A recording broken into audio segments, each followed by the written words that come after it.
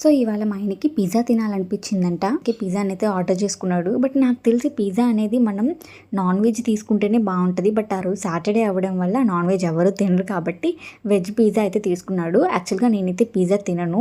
ఇంకా బలవంతం పెడితేనో ఫోర్స్ చేస్తేనో ఫ్రెండ్స్తో బయటకు వెళ్తేనో గట్టిగా 2 ముక్కల కంటే ఎక్కువ తినలేను. అది కూడా సాస్ ఉండాలన్నమాట. సాస్ లేకపోతే అస్సలు తినను. ఇంకా అందులో ఆ రోజు అస్సలు నాకు తినబుద్ధి కాలేదు కాబట్టి నేనైతే తినలేదు. వాళ్ళ వరకే తిన్నారు. అండ్ ఇక్కడైతే కొన్ని స్పైసెస్ అయితే ఇచ్చారనమాట. Red chilli spices. ఇదేంటో గ్రీన్ ఉంది, నాకు అది అర్థం కాలేదు. పుదీనానో సంథింగ్ ఏందో ఉంది.